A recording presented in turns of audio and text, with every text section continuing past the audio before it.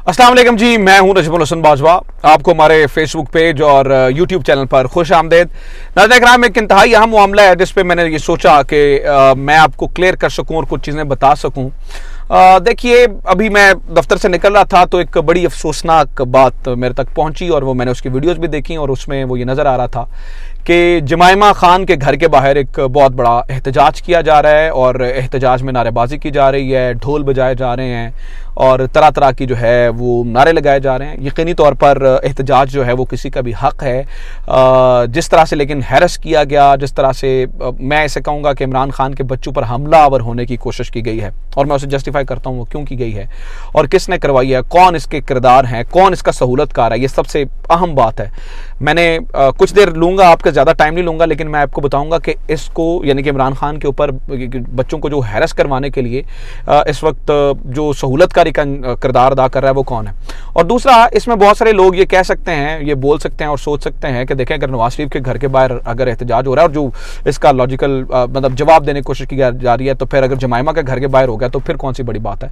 इसके ऊपर बात करनी है। और फिर एक और बड़ा अहम इशू चला हुआ है, ये तोशा खाना में जी इमरान खान घड़ियाँ खा गया, ब्रेसलेट खा गया, डायमंड ज्वेलरी खा गया, तो ये क्या मामला है और इसमें जो है वो क्या सदाकत कितनी है और इस मामले में कितनी जो है वो सच्चाई है। तो इन तमाम चीज़ों के बारे में मैंने बात करनी है और मैंने आपको बताना है। सबसे पहले मैं आपके सामने ये जो जमाइमा वाला मामला है ना वो रखना चाहता हूँ। देखिए पहली बात तो इस बारे में देख लीजिए, जो कुछ आज जमाइमा के घर के बाहर हुआ, हमें बहसीयत कौम उसके ऊपर शर्मिंदा होने की ज़रूरत है।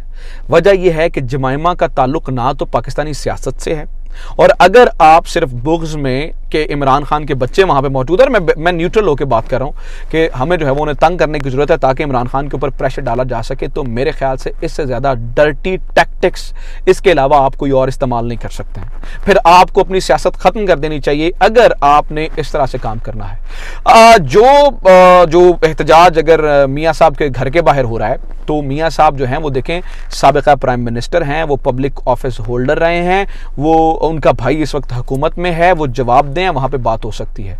आप रेहाम खान के घर के बाहर एहतजाज कीजिए अगर आपको उनकी साबिक़ा बीवियों के घर के बाहर ये एहतजाज करना आया हुआ है।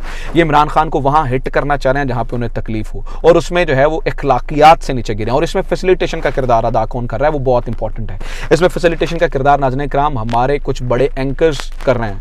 हामिद मीर साहब देखें किस तरह से वो कह रहे हैं, उन्होंने कहा जी देखें गलत हो रहा है, लेकिन यहाँ पे भी एहतजाज होना गलत है और मियाँ साहब के घर के बाहर भी एहतजाज होना गलत है। इसका मतलब ये है कि आप जस्टिफाई कर रहे हैं, वो भी गलत है, ये भी गलत है। इसका मतलब आप उसे न्यूट्रलाइज करने की कोशिश कर रहे हैं। आपको कैटेगोरिकली कहना चाहिए कि ये गलत हो रहा है।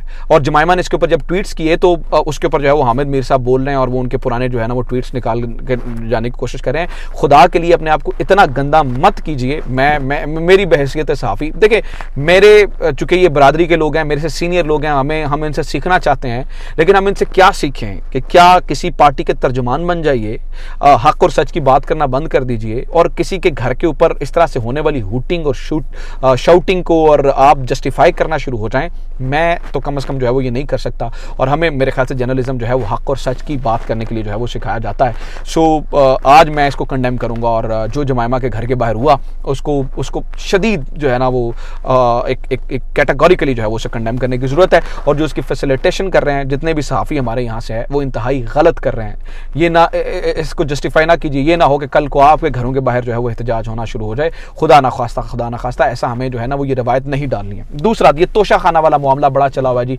इमरान खान ने जो है वो घड़ियाँ खरीद ली और ये हो लिया और बाद में बेच दिया और ये वो। देखें, पहली बात यह है कि अभी तक इसका कोई सबूत नहीं है, ना ही इस बारे में कोई बात है। दूसरी बात, अगर मैं आपको तोशा खाना के बारे में बता दूं, देखिए तोशा खाना क्या होता है। आप बहसियत प्रेसिडेंट या बहसियत प्राइम मिनिस्टर किसी दूसरे मुल्क में जाते हैं तो वो मुल्क आपको तोहफा देता है, चूँकि वो आपकी रियासत की अमानत होता है, तो उसे आप तोशा खाना के अंदर जमा करवाते हैं। और अगर आपको वो गिफ्ट पसंद है तो फिर आप एक अमाउंट पे करते हैं, जो एक कमेटी बनी होती है वो डिसाइड करती है कि इसकी अमाउंट क्या होगी।